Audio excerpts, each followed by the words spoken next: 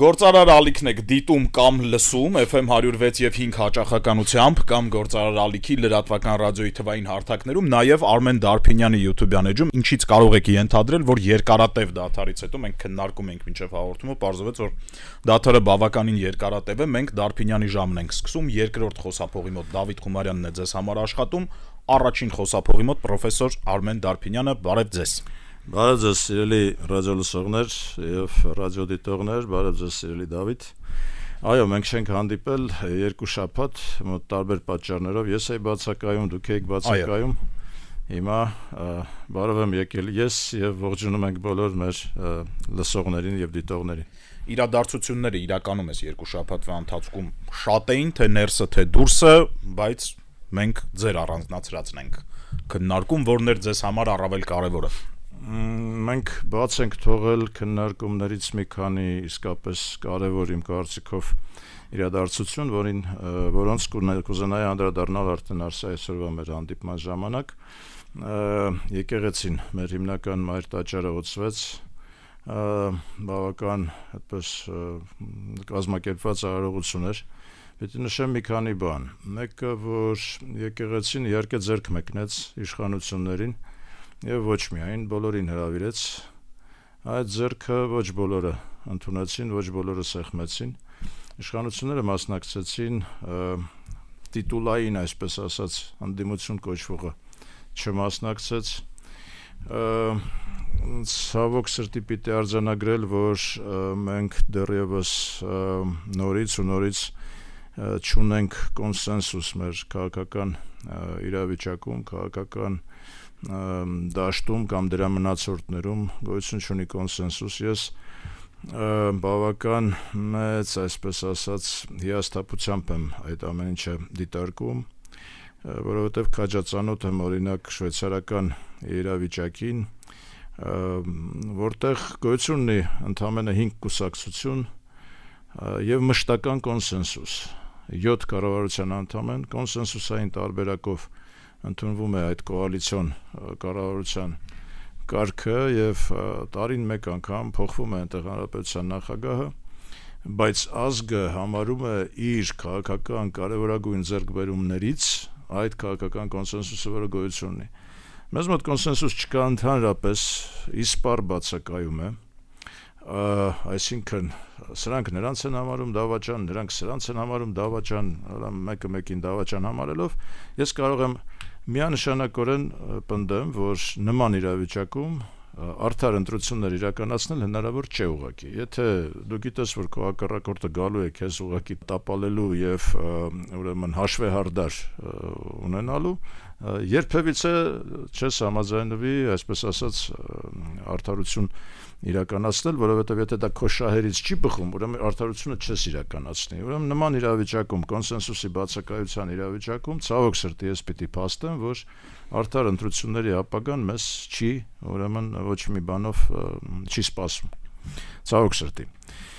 Սա մեկ, երկրորդը, այսինքն եկեղեցուն ես պիտի ողջունեմ այն իմաստով, որ նախ բացվեց վերջապես ուրեմն մեր մայր տաճարը, դրա փակ լինելը 7 եւ ավել տարիների ընթացքում մեծ խնդրեմ էր իհարկե, որովհետեւ դա կարիք կա, էլի, մայր տաճարը պիտի աշխատի այնուամենայնիվ։ Ինչը ինձ դուր չեկավ այդ մեդալների, այդ շքանշանների եկեղեցական այդ արարողությունը մի տեսակ նմանվեց այդ հարուստների խրախճանքի, հասկանում եք, այդ հաստ քսակների, այսպես ասած, ես շատ ավելի կնախընտրեի, որ եկեղեցու այդ ուրեմն վերակազմակերպմանը, վերաթողարկմանը, այսպես ասած, կապիտալ շինարարությանը ֆինանսական մասնակցություն բերեին, ասենք 1 միլիոն հայորդի, ամեն մեկը մի $5 ենթադրենք, քան թե 5 հոգի հայորդի, ամեն մեկը 1 միլիոնով, եւ մենք ինչ ենք ստանում։ Այսինքն ստացվեց, որ այդ ամեն ինչի արդյունքում եկեղեցին շնորհակալություն հայտնեց 5-6 հոգու հաստակսակ, այսպես ասած, հայերի։ Ինձ դա դուր չի գալիս ընդհանրապես, եւ երևի թե եկեղեցու պրոբլեմներից ամենակարևորը հենց դա է, այսինքն եկեղեցին բոլորինս է, այլ ոչ թե 5-6 հոգի հարուստներինը, որոնց պետք է նշել։ Իհարկե, ասենք այլ հավասար պայմաններում կամ այլ իրավիճակներում,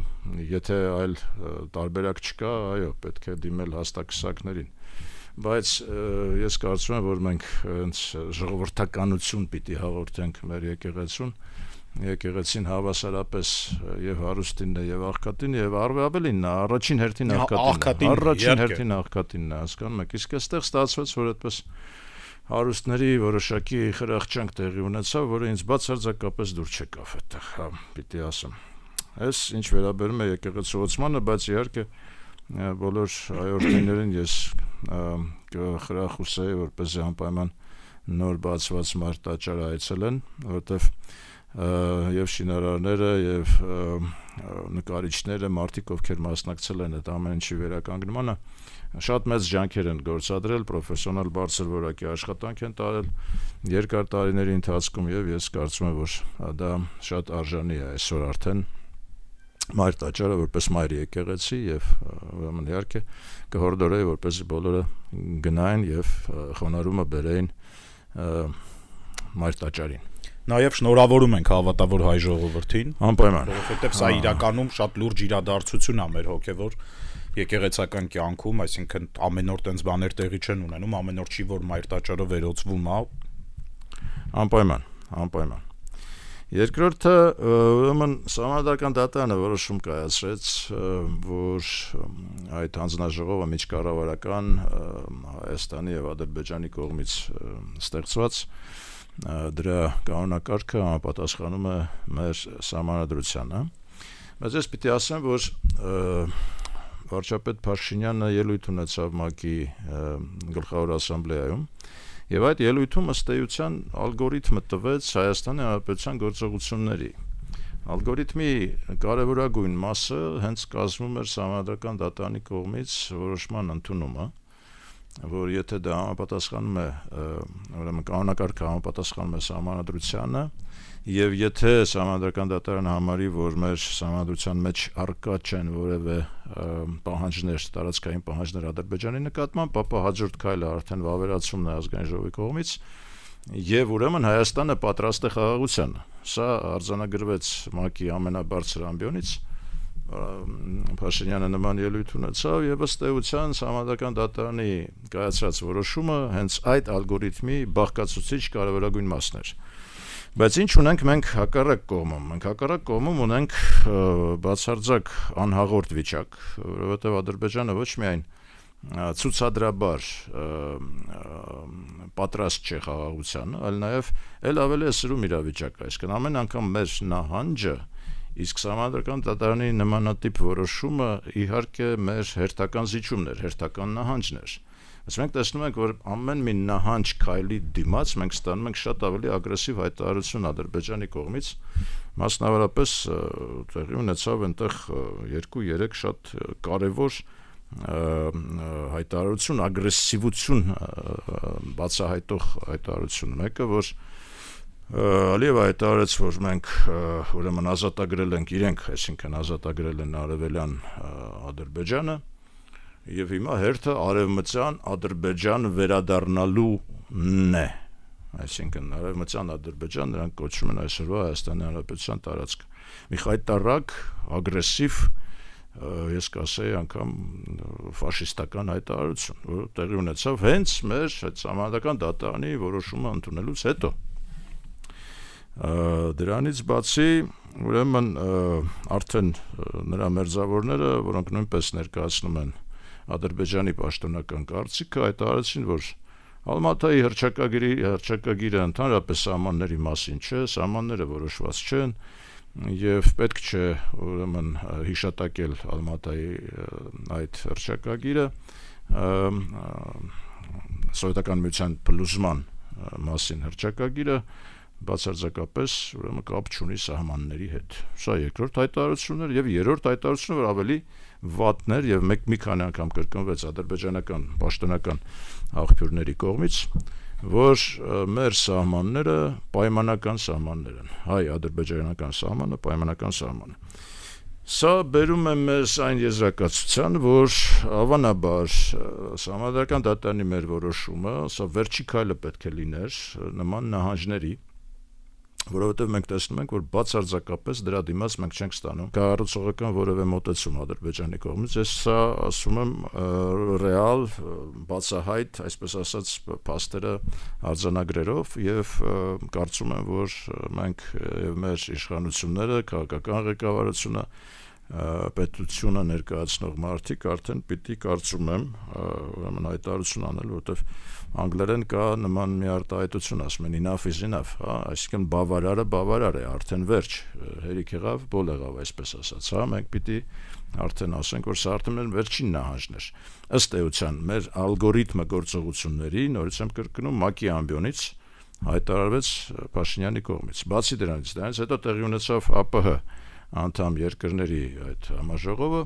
որտեղ նույնպես Փաշինյանը կրկնեց այդ նույն թեզերը եւ ըստ էության արձանագրեց մեր ամբողջական պատրաստակամությունը գնալ խաղաղության։ Դրա դիմաց մենք ստացանք Ալիևի կողմից բացարձակ առհամարանք։ Ուրեմն այդ հարցին ընդհանրապես նա չանդրադարձավ ԱՊՀ անդամ երկրների համաժողովում, նա խոսում էր ամեն ինչի մասին, բացի հայ-ադրբեջանական կարգավորումից։ Սա նշանակում է, որ նա ընդհանրապես պատրաստ չէ դրա մասին խոսել եւ մենք պիտի ընդհանրապես արձանագրենք, որ մեր նահանջի քայլերը արդեն բոլոր հնարավոր ռեսուրսները սպառել են։ Մենք այլևս չունենք նահանջի որևէ տեղ, այս պիտի մենք արձանագրենք։ Սրա հետ կապված իհարկե մենք նաև պիտի արձանագրենք, որ ուժի իրավունքի ձոնումը Ադրբեջանի կողմից ստանում է իր համապատասխան հովանավորումը եւ պաշտպանությունը միջազգային այլ գործող անձերի խոշոր խաղացողների կողմից։ Մասնավորապես մենք ՄԱԿ-ի ամբիոնից ելույթներ լսեցինք Էրդողանի, մասնավորապես ելույթը, Նետանյահուի ելույթը, երկուսի ելույթն էլ ուժի իրավունքի մասին էր ըստ էության։ Էրդողանը խոսեց Հյուսիսային Կիպրոսի միջազգային ճանաչման մասին, ըստ էության ուժի իրավունքով գրավված տարածք է Թուրքիայի կողմից, արդեն 50 տարի մոտ կլինի։ Հյուսիսային Կիպրոսի ճանաչման մասին ասաց, ընդհանրապես արձանագրեց ավելի ճիշտ Էրդողանը, որ ուրեմն ֆեդերատիվ Կիպրոսի մասին խոսակցությունները պետք է դադարեցվեն եւ աշխարհը պիտի ընդունի հյուսիսային թուրքական Կիպրոսի գոյությունը եւ ընդունի, հաստատի եւ ճանաչի։ Սա ասենք ուժի իրավունքի ձոնումն էր։ Նույն ոճով ելույթ ունեցավ նաև Իսրայելի վարչապետը, որը ըստ էության ուրեմն նորից ցուցադրաբար մտավ Լիբանանի տարածք, ցուցադրաբար ուրեմն խոսում է ամբողջապես եւ Համասի եւ Հեզբոլլայի ոչնչացման մասին։ Հեզբոլլան ներողություն, բայց լիբանանյան վարչակարգի այսօր բաղկացուցիչ մասերից մեկն է։ Նրանց այդպես անբռնազբոս ներխուժումը լիբանանյան տարածք, ուժի իրավունքի դրսևորումը, ուժի կարևորության եւ գերակայության դրսևորումը նույնպես շատ ցուցադրական էր եւ մեզ համար պիտի լինի շատ ուսանելի պիտի լինի նաեւ օրինակ Ֆրանսիայի արձագանքը լիբանանյան այդ իրադարձություններին։ Հիշենք, որ Լիբանանը, այսինքն Ֆրանսիան մշտապես եղել է Լիբանանի պատրոն պետությունը, մետրոպոլիան է եղել Լիբանանի եւ լիբանանցի չեք գտնի, որը ֆրանսերեն չի տիրապետում կամ ֆրանսիական մշակույթին անհաղորդ է։ Լիբանանը ամբողջությամբ գտնվում էր Ֆրանսիայի տիրույթում եւ ինչ է ասում պաշտոնական Ֆրանսիան այս իրադարձությունների կապակցությամբ, ասում մենք ցավում ենք, որ այդպիսի բան է տեղի ունեցել, այսինքն ընդամենը ցավում են։ Ֆրանսիան ընդամենը ցավում է Լիբանանում տեղի ունեցող այսօր իրադարձությունների մասին, հազարավոր տասնյակ հազարավոր մարդիկ լքել են իրենց ուրեմն հարավային Լիբանանում իրենց տարածքները, Ֆրանսիան ընդամենը ցավում է։ Գիտեք, ես անեկդոտային մի բան հիշեցի դրա հետ կապված, ուրեմն մենք 91, 92, 3 մինչև 6 թվականը խայտարակ էներգետիկ ճգնաժամում ենք գտնվում, մենք մի սփյուռքահայ նախարար ունենք էներգետիկայի Սեփու Հտաշյան, որին մեկ անգամ 91 թվականի վերջերն էր հանդիպեցի, ասես Սեփու, այս ինչ պիտի լինի, այս մեր բան էներգետիկայի հարցը լույսեր չունենք, էլի, ասես այդպես չի լինի, էլի առանց լույս ապրել բան, ասես ինչու դուք լույս չունիք, ասես չէ, մենակ ես չէ, ամբողջ պետությունը լույս չունի, ասես շատ կցավիմ։ Հասկանում եք, ասես շատ կցավիմ։ Ֆրանսիան ասում է շատ կցավիմ, որ Իսրայելը ռմբակոծում է Լիբանանը, իհարկե Հեզբոլլան եւս պատասխանում է, բայց հարցը դրանում չի, հարցը Լիբանան պետության տարածքային ամբողջականության մասին է, նրա տարածքի պաշտպանության մասին է, հարցը Ֆրանսիայի մասին է, որը պատրոն եւ մետրոպոլիա է հանդիսացել Լիբանանի համար, միջազգային արձագանքը ընդհանրապես բացակայում է, այս իրավիճակի հետ կապված Պաղեստինի ղեկավարը հանդես եկավ ՄԱԿ-ի այդ գլխավոր ասամբլեայում եւս ուրեմն ներկայացրեց այն ողբալի վիճակը, որը տիրում է Պաղեստինում, Գազայի հատվածում հատկապես, ուրեմն իսրայելցիները հոկտեմբերի 7-ի այդ Համասի հարձակման արդյունքում կորցրել են 1200-1500 մարդ, այդպես 1200 քանիս այդտեղ, բայց երևի վիրավորների եւ այնհայտ կորածների հետ միասին մոտ 1500 հոգի մարդ է ստացվում, բայց պաշտոնապես արդեն արձանագրված է, որ պաղեստինցիները զոհվել են մոտ 45000 մարդ, այդ թվում մոտ 20000 երեխաներ եւ ծերեր, հասկանում եք, դա ուղղակի հումանիտար մի ողբալի կատաստրոֆիկ իրավիճակ է, բացի դրանից Պաղեստինի ղեկավարը արձանագրեց ՄԱԿ-ի ամբիոնից, որ մոտ 2 միլիոն պաղեստինցիներ լքել են Գազայի հատվածը, այսինքն փախստականներ են դարձել 2 միլիոն, հասկանում եք, դա ուղղակի, ասենք, մի սարսափելի հումանիտար կատաստրոֆիկ իրավիճակի մասին է խոսքը, որին նույնպես աշխարհը անհաղորդ է, այսինքն ուժի իրավունքը այստեղ եւս գործում է եւ մենք պիտի անկեղծ ասած սրան շատ լուրջ վերաբերվենք, որովհետեւ եթե ուժի իրավունքն է գերիշխում եւ եթե Ֆրանսիան ընդամենը ցավում է, որ Լիբանանում նման իրադարձություններ են տեղի ունենում, հիշենք, որ թե Ֆրանսիան, թե ամբողջ աշխարհը ցանկացած մի երկիր, նրանք նույնպես ցավում էին, որ մեր ղարաբաղցիները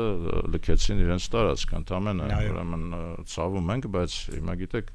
2 միլիոն պաղեստինցի է լքել եւ եթե 150,000 այդտեղ չի էլ երևում իրենց համար, հա, կարող է ցավեն ու անցնի առաջ։ Իսկ մենք պիտի հասկանանք, որ ուժի իրավունքը ցավոք սրտի այսօր բավական տարածված է, կիրառվում է եւ ուրեմն մեր միակ փրկությունը մեր ուժեղացման մեջ է, մենք պիտի հասկանանք ինչպես ենք մենք ուժեղանում։ Ես անկեղծ ասած սրա վերաբերյալ տեղեկություններ չունեմ, չեմ կարող վստահ լինեմ եւ հանգիստ լինեմ, որ մենք հենց այդ ուժեղացման ուղղությամբ ենք գնում, որովհետեւ բոլոր մեր այս դրսևորումները միջազգային հանրության առջև մեր խաղաղասիրությունը ներկայացնելը դեռևս չի խոսում այն բանի մասին, որ մենք նպատակադրված ենք ուժեղանալու։ Հակառակը խոսում է այն բանի մասին, որ մենք ընդունում ենք, որ մենք թույլ ենք այսօր այս իրավիճակում եւ մեր թուլությամբ դրդված մենք ստիպված գնում ենք խաղաղության։ Այս սա է, այսպես ասած, ընդհանուր պատկերացումը, ընդհանուր որակումը մեր գործողությունները, որը անկեղծ ասած հանգստություն չի ներշնչում։ Մի բան ես նկատեցի, որը նույնպես մեզ անմիջապես վերաբերվում է։ Կամալա Հարիսը, որը նախագահի դեմոկրատական տեխնացուն է, մի շատ անզգույշ իմ կարծիքով հայտարարություն արեց վերջերս, որ Միացյալ Նահանգների համար 1 հակառակորդը, եթե ոչ թշնամին, ապա Իրանն է։ Հասկանում եք, մինչև այժմ, այսինքն ի հակառակ Տրամփի, որը միշտ համարել է, որ հակառակորդը Չինաստանն է։ Հիմա Հարիսը հայտարարեց, որ հակառակորդը Իրանն է։ Այսինքն դա այդ հայտարարությունը անմիջապես կապ ունի մեր եղելության հետ ընդհանրապես, այո, թե դա ինչ է նշանակում։ Այսինքն ի տարբերություն օրինակ Փեզեշքյանի, Իրանի նախագահի, որը ՄԱԿ-ի այդ վեհաժողովում շատ տոլերանտ ելույթ ունեցավ, շատ հանգիստ, շատ հարմարվողական, շատ պատրաստակամություն հայտնեց համագործակցելու աշխարհի հետ, այդ թվում արևմտյան աշխարհի հետ։ Այսինքն այստեղ հստակ երևում է, որ Իրանը նոր ղեկավարության պայմաններում պատրաստ է գնալ հնարավորին չափ ընդլայնված համագործակցության, այդ թվում արևմուտքի հետ։ ետ բերել միջուկային իրենց համաձայնությունը արևմուտքի հետ, Ռուսաստանի հետ եւ գնալ համագործակցության։ Եվ սրան հակառակ Կամալա Հարիսը հայտարարում է, որ Իրանը համար 1 հակառակորդն է Միացյալ Նահանգների, իմ կարծիքով սա արդյունք է Տիկին Հարիսի ոչ այնքան պատրաստված լինելու միջազգային հարաբերություններում, բայց սա նաև վտանգ է ներկայացնում, այդ թվում նաև մեզ համար, եթե Իրանը իրենց հակառակորդն է, դա նշանակում է, որ դա Հարիսի հաղթանակի պարագայում մենք ունենալու ենք ամերիկյան եւ իրանական, այսպես ասած, կոնֆրոնտացիա, որը մեզ բացարձակ պետք չի այսպայն։ Բացարձակ պետք չի, հակառակը մեզ անհրաժեշտ է այսօր Իրանի եւ Արևմուտքի ամենալայնածավալ համագործակցությունն է, որը մեր օգտին է, մենք ուղղակի շահագրգիռ ենք դրա մեջ, հա, ես սա կնշեի որպես մի հանգամանք, որը մեզ համար շատ մեծ բարդություններ կարող է բերել, հիմնականում ասում են խակ է, հավանաբար այդ խակությունը ոչ պատրաստված լինելը միջազգային հարաբերություններում, այստեղ Տիկին Հարիսի դեպքում մենք պիտի ֆիքսենք եւ զգուշ լինենք նաեւ մեր հետ կապված խնդիրների ուրեմն արծարծմանը։ Համենայն դեպս ես վտանգավոր եմ համարում նման մոտեցումը։ Հաջորդը ես կնշեի Ղազախստանում տեղի ունեցած հանրաքվեն ատոմակայան կառուցելու վերաբերյալ, նպատակահարմարության վերաբերյալ։ Ղազախստանը նախագահ Տոկաևը դրեց այդ հարցը ուրեմն համաժողովրդական քննարկման, ժողովուրդը 71 եւ մի քիչ ավել տոկոսով որոշեց, որ այո, կողմնակից է ատոմակայանի կառուցման։ Ես պիտի ասեմ, որ Ղազախստանը մի երկիր է, որը միջուկային ուրանի կարևորագույն ռեզերվուարներից մեկն է աշխարհի, այնտեղ ուրանի շատ մեծ պաշարներ գոյություն ունեն եւ Տոկաևը բացարձակ իմ կարծիքով ուրեմն հստակ եւ հիմնավորված ասում եմ, եթե մենք ունենք աշխարհի մեծագույն ռեզերվուարը ուրանի, ինչու՞ չունենանք դրամաբանականա, որ իրանք պետք է ունենան եւ էներգետիկ համակարգ։ Ինչու՞ չունենանք ատոմակայան։ Առավել եւս, որ այսօր աշխարհում ատոմակայանները արդեն սկսել են դասվել որպես այսպես կանաչ էներգետիկայի շարքերում։ Եթե հիշում եք 91 թվականի երբ փակվեց շարժումը, երբ սկսում էր կռիվն էր, չէ՞ որ դա բանը։ Մեր էկոլոգները հակառակ ասում են, սա վնաս է տալիս մեզ եւ այլն պետք է փակենք։ Հիմա աշխարհի էկոլոգներն ասում են, սա ամենաանվտանգ էներգետիկի միջոցներից մեկն է եւ ասեմ ձեզ Շվեյցարիան մի քանի տարի առաջ, եթե չեմ սխալվում 17 թվականին որոշում էր կայացրել էլի հանրաքվեով, այնտեղ բոլոր որոշումներն են հանրաքվեով կայացվում, որ դադարում են այլևս ատոմակայան կառուցել։ Հիմա անցավ 7 տարի, նրանք գալիս են եզրակացության, որ չէ, պիտի նորից մենք կառուցենք, որտեղ ատոմակայանը ամենաարդյունավետ միջոցն է էներգիա արտադրելու։ Հիմա Ղազախստանը քվեարկեց 71.12 կարծեմ 10%, որ այո, մենք ուզում ենք կողմնակից ենք եւ այլն։ Ինչ հայտարարեց դրանից հետո նախագահ Տոկաևը, ասաց ես կողմնակից եմ, ես ողջունում եմ, ասաց այդ որոշում, ես կողմնակից եմ, որպեսզի մենք աշխատենք միջազգային կոնսորցիումի հետ, որտեղ ներկա լինեն բոլոր այն երկրները, որոնք ունեն առաջադեմ տեխնոլոգիաներ ատոմակայան կառուցելու։ Խոսքը գնում է եւ Հարավային Կորեայի մասին, եւ Ճապոնիայի մասին, եւ Չինաստանի մասին, եւ Ռուսաստանի մասին, այսինքն գնաց կոնսորցիումի գաղափարը առաջ տանելու ճանապարհով, որը ես կարծում շատ ճիշտ, շատ այսպես խորը որոշում է իմ կարծիքով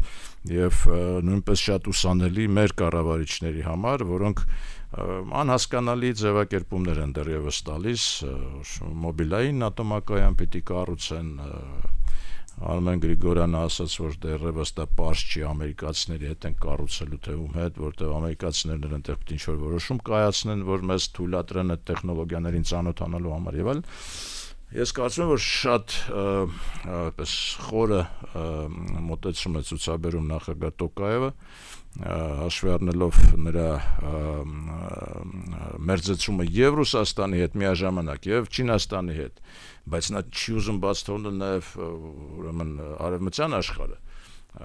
Ֆրանսիայի հետ վերջերս պայմանագիր կնքվեց ուրանի ուրեմն վաճառքի մասին, ղազախական ուրանը գնում է արդեն ֆրանսիական ատոմակայաններն է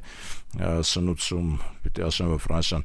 միակ արևմտյան երկիրն է, որտեղ ատոմականները ապահովում են մոտ 70% իրենց էներգասպառման, մոտ 70%, այսինքն Ֆրանսիան շատ մեծ կախում ունի ուրանի,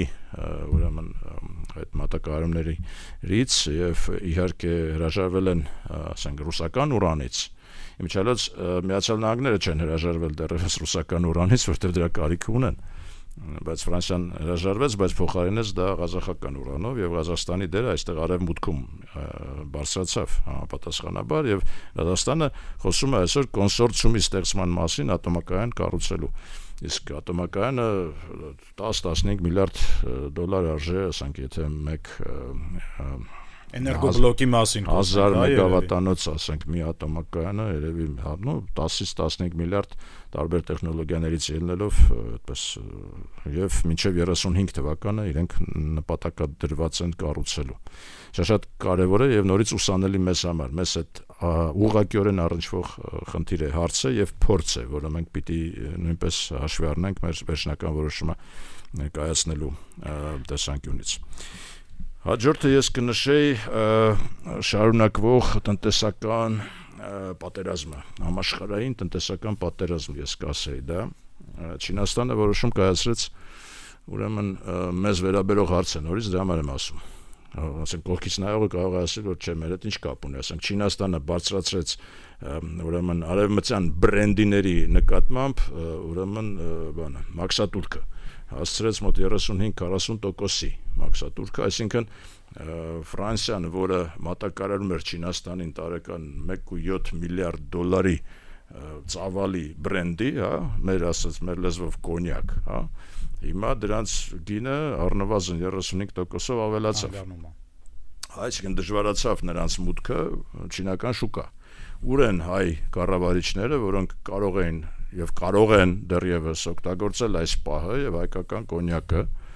կամ բրենդին, չգիտեմ ինչպես ուզում եք ասեք, կարծեմ մենք հիմա միջազգային ասպարեզում այո, մենք բրենդի ենք կոչվում, կոնյակ չենք կարող արտահանենք, դե թող լինի դա բրենդի, հա, հիմա ֆրանսիական բրենդին թանկացավ, այսինքն Չինաստանը որոշում կայացրեց,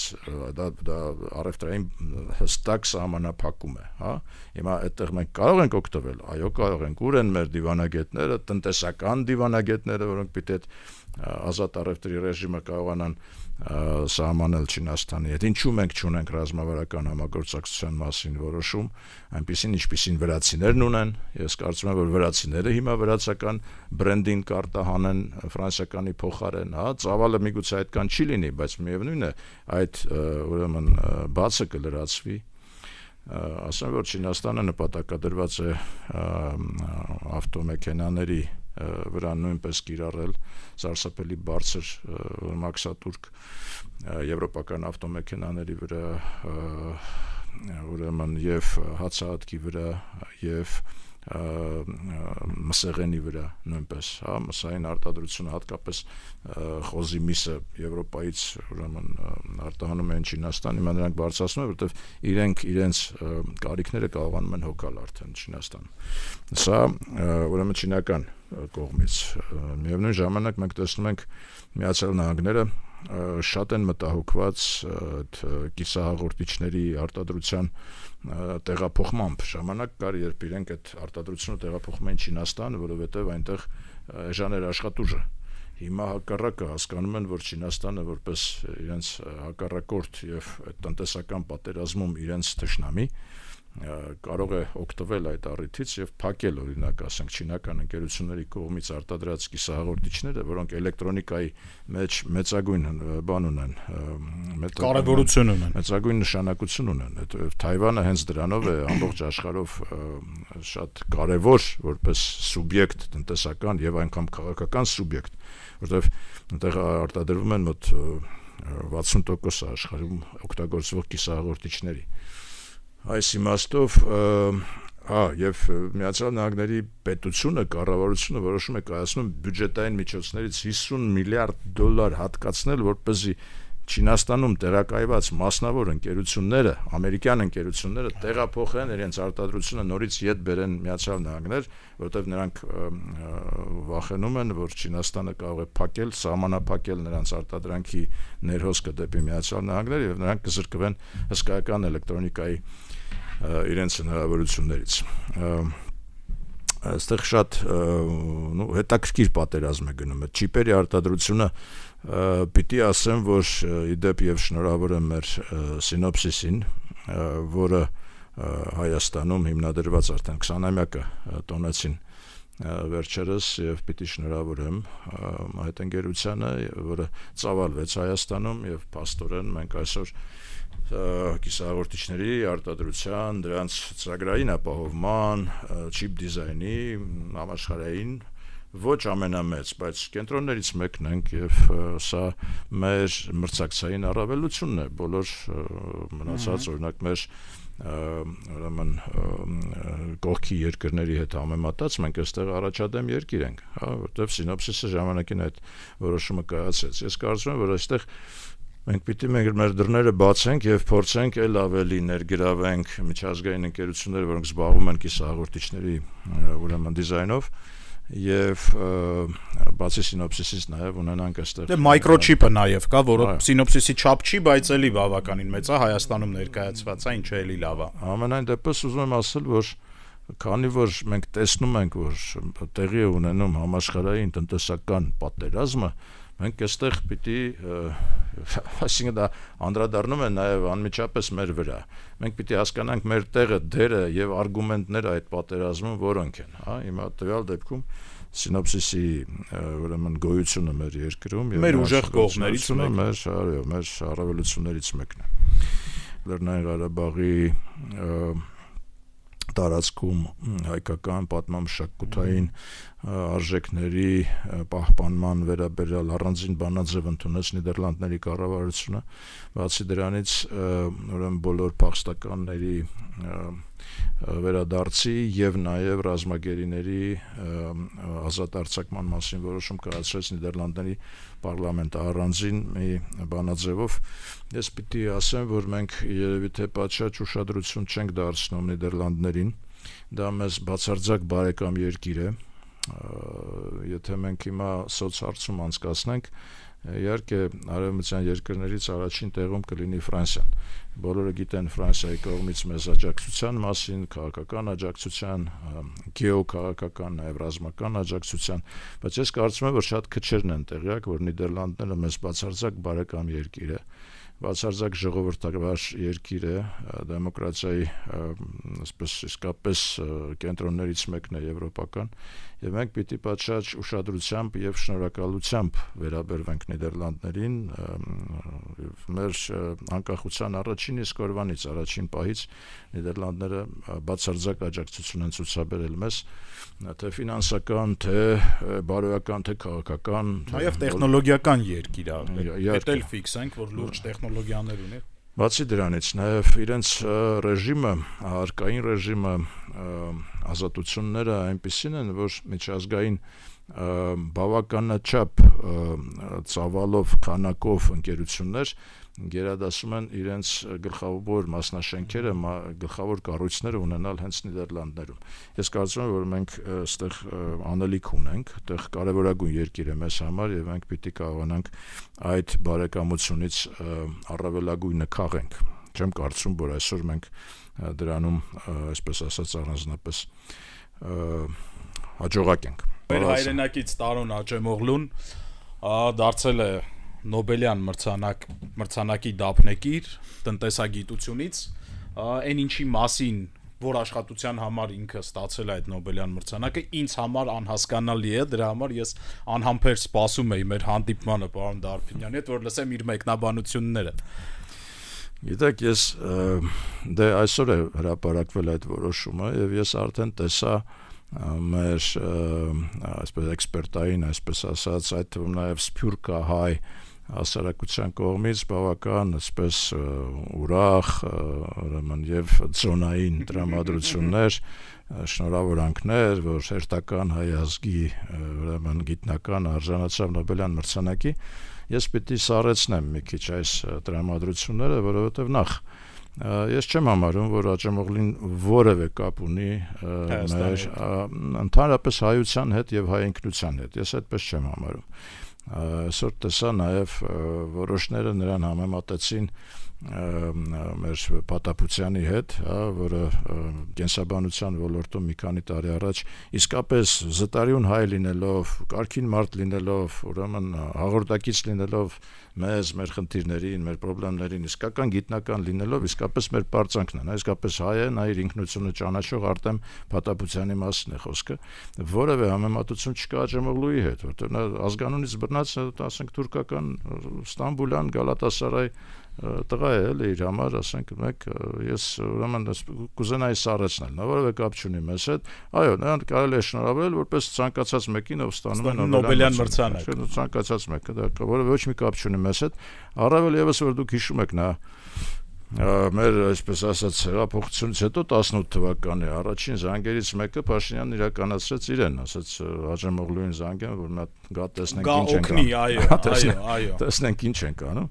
որևէ ուրեմն դե այնտեղ ինչ որ թիվա հնչե, եթե ես չեմ սխալվում, թե ինչքան գումար ա ուզել կոնսուլտացիայի համար, չեմ կարող ասել ինչ թիվա ուզել, դա ես չգիտեմ, տեղյակ չեմ, փաստը մնում է փաստ, որ նա ոչ միայն անհաղորդ մնաց, բայց ես վերջերս նաև ինչ որ մի հարցազրույց էր տալիս, ասաց որ դե ես չեմ եկել, որովհետև ես ոչ մի դեղատոմս չունեի, ինչպես պիտի դա արվի եւ այլն, ոչ հիմար խոսակցություններ էր, ոչ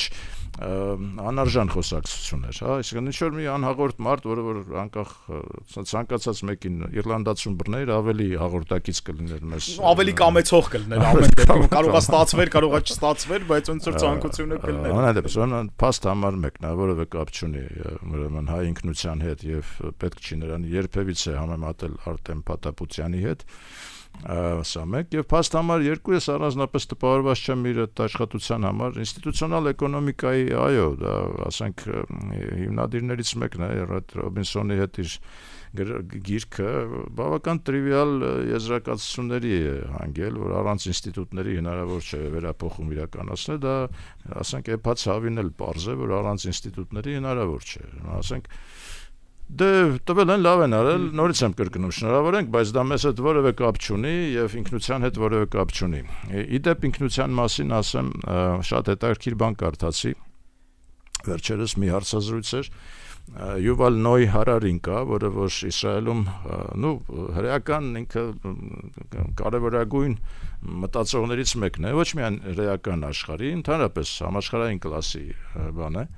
մտածող է, փիլիսոփա է, ուրեմն ինքը սիոնիզմի մասին մի հարցազրույց տվեց, շատ հետաքրքիր էր ինձ համար, որովհետև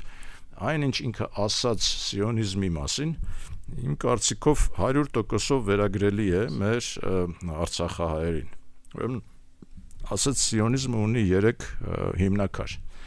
Առաջինը, որ ցանկացած հրեա դա իր անձը չի ներկայացնում, այլ ազգն է ներկայացնում, այսինքն հրեան դա հավաքական կատեգորիա է, այլ ոչ թե անհատական եւ անձնային, հա։ Հիմա սա առաջինը, երկրորդը, որ հրեաները իրավունք ունեն ինքնորոշման եւ նրանք պարտավոր են ինքնորոշվել։ Եվ երրորդը, ամենակարևորը, որ գոյություն ունի աշխարհում մի տարածք,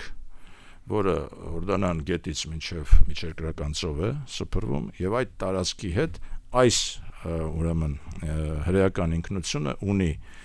մշակութային, պատմական, արժեհամակարգային խորագույն կապ, այսինքն կապը տարածքի հետ, հա։ Մեր արցախահայերը ուրեմն ունեն ինքնություն, ունեն ինքնորոշման իրավունք եւ ունեն խորագույն մշակութային, պատմական, արժեհամակարգային կապ կոնկրետ տարածքի հետ։ Ըստ որում մենք պիտի չխորշենք արձանագրելուց, որ արցախահայերը, այո, ունենալով հայ ինքնություն, նրանք այնուամենայնիվ արցախահայ ինքնություն ունեն, որը տարբերվում է, օրինակ, ասենք Արևելյան Հայաստանի կամ Արևմտյան Հայաստանի, հատկապես Արևմտյան Հայաստանի ինքնության հետ, որովհետև արցախահայերը չեն տեսել Օսմանյան կայսրության ցեղասպանությունը։ Օսմանյան որևէ թուրք ոտք չի դրել Ղարաբաղյան տարածք, հասկանում եք։ Նրանք չեն տեսել, այսինքն գենոցիդ հասկացությունը նրանց ինքնության մեջ չկա։ Չկար։ Չէ, լավ։ Օսմանյան գենոցիդի մասին, Օսմանյան գենոցիդի ուրեմն հասկացությունը չկա, այո, կա արդեն ադրբեջանական գենոցիդի հասկացությունը, որի հետևից նույնպես պետք է գնալ, դատապարտել, հասնել արդարության եւ այլն։ Բայց ուզում ասել, որ սիոնիզմի այս 3 հիմնականը բացարձակ ուրեմն ընդօրինակելի են մեր Արցախահայերի համար եւ նրանց ինքնությունը պաշտպանելու, նրանց իրավունքները պաշտպանելու համար ես խորհուրդ կտայի ուղղակի, այդպես անիմաստ հավաքներ են անում նրանք, ուրեմն խորհուրդ կտայի մի հատ բան անել, էլի կարդալ, ուսումնասիրել այս դրույթները եւ փորձել այդ նույն ուրեմն գաղափարախոսությամբ իրենց իրավունքների հետևից գնալ, իսկ եթե իրենք ճիշտ գնան իրենց իրավունքների հետևից, իմ կարծիքով Հայաստան պետությունը չի կարող դրան չսատարել։ Սիրելի ռադիո լսողներ, այսքանն էր այսօրվա Դարփինյանի ժամը, մի փոքր երկար, բայց կարևոր, խնդրում եմ լսեք մեզ մինչև վերջ, հաշվի առեք, որ մենք 2 շաբաթ ձեզ հետ չենք եղել։ Այսօր այսքանը, հաջորդ շաբաթ կհանդիպենք։